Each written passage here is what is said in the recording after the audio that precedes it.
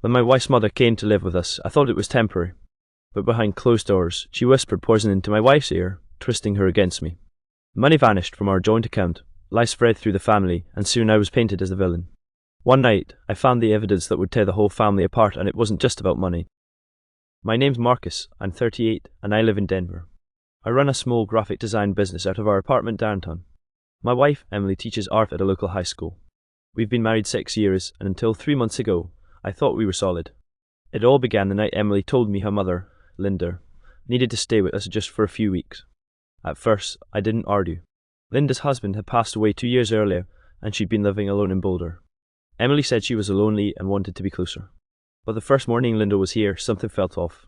I woke at 6:12 a.m. to the smell of burnt toast and the sound of hushed voices in the kitchen. When I walked in, Linda stopped talking mid-sentence. Emily's face was tense, like I could caught doing something wrong. "Morning," I said slowly. "What's going on?" Linda gave a tight smile. "Oh, just telling Emily how lucky she is. Not every husband lets his wife stay home if she wants to." I frowned. "She likes her job." Emily changed the subject fast, but my gut told me there was more to that conversation. Over the next week, Linda's presence was heavy. She'd comment on everything, the way I folded laundry, the money I spent on client lunches, even the amount of time I worked. By week 2, little things started happening. $200 missing from the cash box I kept for freelance projects. My coffee mug disappearing from the counter, found later in the trash.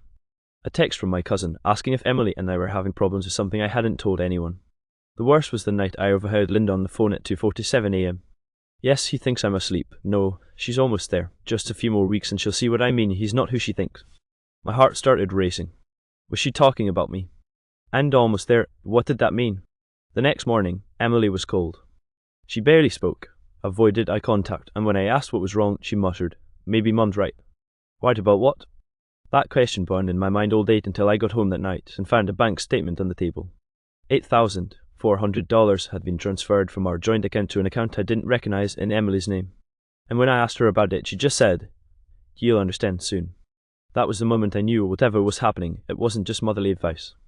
The day after I saw the $8,400 transfer, I couldn't focus on work. My mind kept circling back to Emily's words, "You'll understand soon." At 7:18 p.m., I came home early hoping to catch her alone. But as soon as I opened the door, Linda's voice floated from the kitchen. "He's reckless with money, Em. He's holding you back. Imagine what you could do if you weren't cleaning up after his mistakes." Emily didn't argue. That was worse than anything. I stepped into the kitchen. "Mistakes? Care to be specific?" Linda didn't flinch. "Your business is a gamble. One bad quarter and you're sunk. Emily needs security." I glanced at Emily, waiting for her to defend me. She didn't. "Security like draining our savings without telling me." I snapped. Emily's eyes narrowed. "That money's for something important. You wouldn't understand. Try me." She shook her head and left the room. That night, I couldn't sleep. I lay there, staring at the ceiling, listening to the faint murmur of voices from the living room. My phone buzzed, a text from my younger sister, Claire. "Marcus, I don't know what's going on, but Mom just called me. She said Emily might be filing for separation."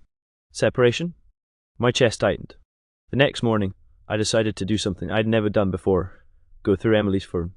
She'd left it charging in the kitchen. My hands were shaking, but I unlocked it. Her code hadn't changed. Most messages with her mom were exactly what I expected. Complaints about me, subtle digs about my unstable career. But one thread caught my eye, a group chat with someone named Dee and Linda. "Dee, once he's out, I can process the paperwork immediately. She'll have control of everything. Linda, good. He's stubborn. Keep it clean. Emily, I just want this done. He's been lying to me for years." Lying? About what? I scrolled up, but the earlier messages were deleted. That day, I confronted Emily. "Who's Dee?" I asked. She looked startled, then angry. "You went through my phone?" "Yes, and I saw your little plan. What exactly am I being cut out of?" "You'll find out in court," she said flatly and walked out. Hours later, I got another text from Claire. "Marcus, I think you need to see something." "Dad's will. There's a clause you probably don't know about." I didn't even know Dad had a will. He died when I was 19, and Mom always told me there was nothing left to fight over. But Claire's next words made my stomach drop. "If you divorce without cause, you lose your share of the inheritance.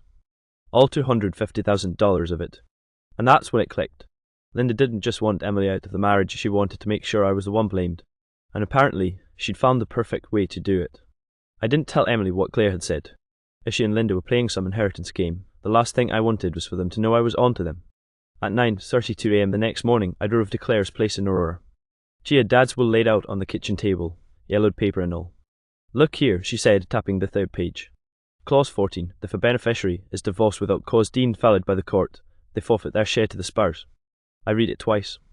So if Emily divorces me and claims I was at fault, if she gets you $250,000, Claire finished. I sat back, feeling like the floor had dropped up from under me. And Linda knows. Claire nodded grimly.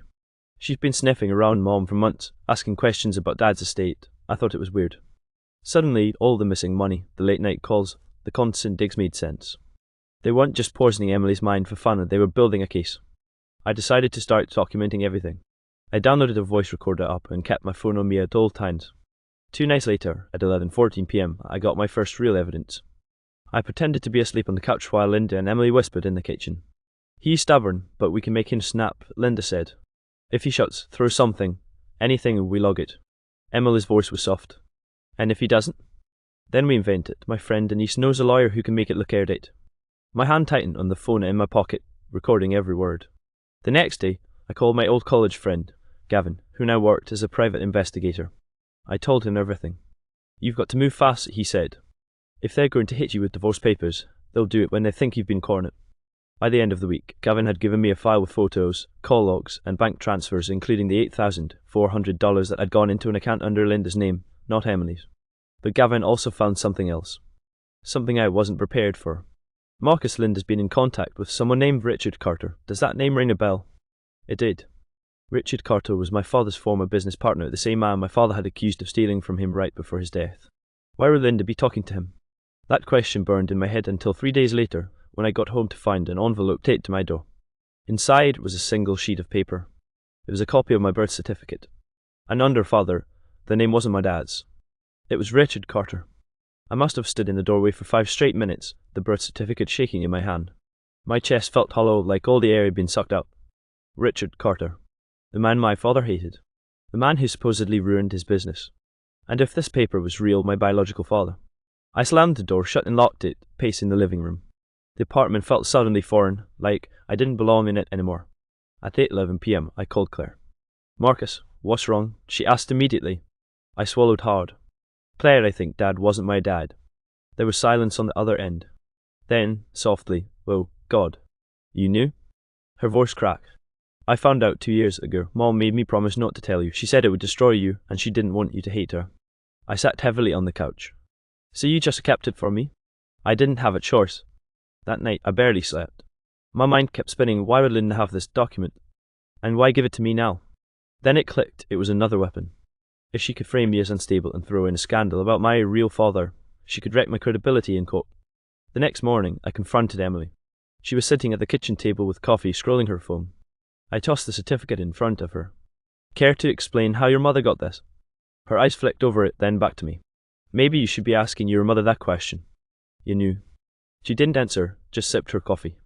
My pulse pounded in my ears. "So that's it. You're going to torch my life over money and drag my family's name through the mud?" Emily set her mug down slowly. "It's not just about money, Marcus. It's about truth, and the truth is, you've been living a lie since the day you were born. My mother just made sure you finally saw it." I leaned over the table. "No, the truth is you're letting her manipulate you into stealing from me."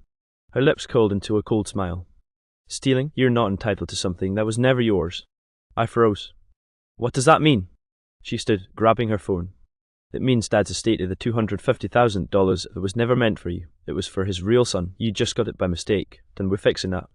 Before I could respond, she walked out, leaving the birth certificate behind. That's when it hit me. If they could prove I wasn't my father's biological child, the clause in the will wouldn't even matter. They could strip me of the inheritance entirely.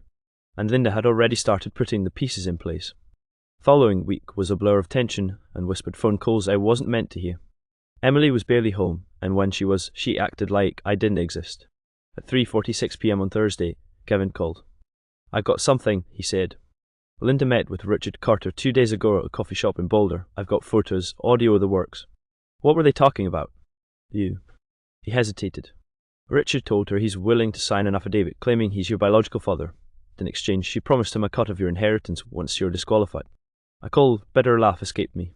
"So they're literally bribing him to rewrite my entire life." "It's worse," Gavin said. "But Richard also mentioned your dad's death wasn't as clean as everyone thinks." I gripped the phone. What the hell does that mean?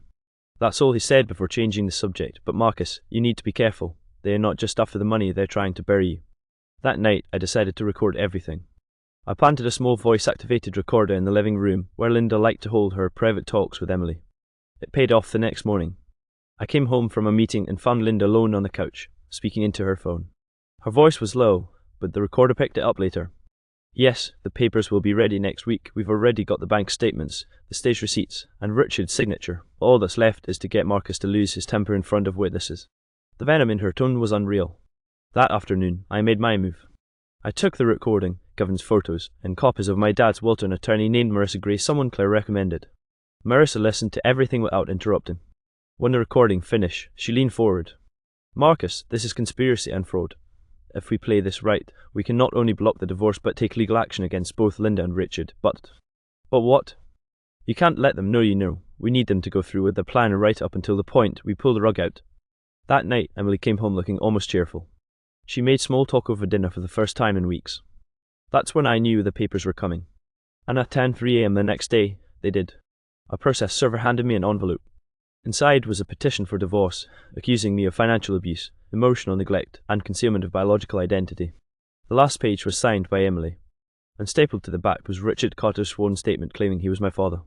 But what they didn't know was that I had something far more powerful than their lies, and I was about to use it. 2 days after getting served, I walked into Marissa's office with a stack of divorce papers. She skimmed them, her brow tightening. They are overconfident, she said. That's good, we can use it. We spent the next week quietly building the counterattack. Gavin dug deeper, uncovering bank records that linked Linda's account to multiple suspicious transfers, including a $25,000 payment from Richard Carter dated just 3 months ago. That alone could sink them if tied to the affidavit. On Wednesday at 6:42 p.m, Emily came home early. Linda was with her, both dressed up like they'd just come from a celebration. I stayed in the kitchen, pretending to chop vegetables, as Linda's voice carried from the hallway. Once the judge sees the receipts, it's over. He'll be out by the end of the month. Emily laughed softly. And then we can finally breathe. I recorded it all.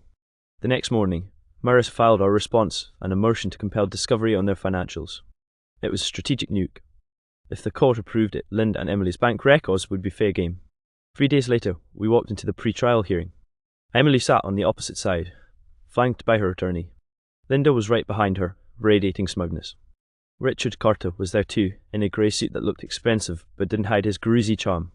When it was our turn, Marissa stood and spoke clearly. Your Honour, we have evidence that this affidavit was procured through financial inducement from Mr. Carter to Ms. Linda Monroe. We also have audio recordings of both Ms. Monroe and the petitioner conspiring to fabricate claims against my client. Emily's lawyer tried to object, but Marissa kept going. Furthermore, we have reason to believe that the petitioner and her mother engaged in deliberate financial manipulation with the intent to seize Mr. Reed's inheritance through fraud. The judge's eyebrows rose. You have recordings? Yes, Your Honour. Marissa pressed play. Linda's voice filled the courtroom. We've already got the bank statements, the stage receipts, and Richard's signature. All that's left is to get Marcus to lose his temper in front of witnesses.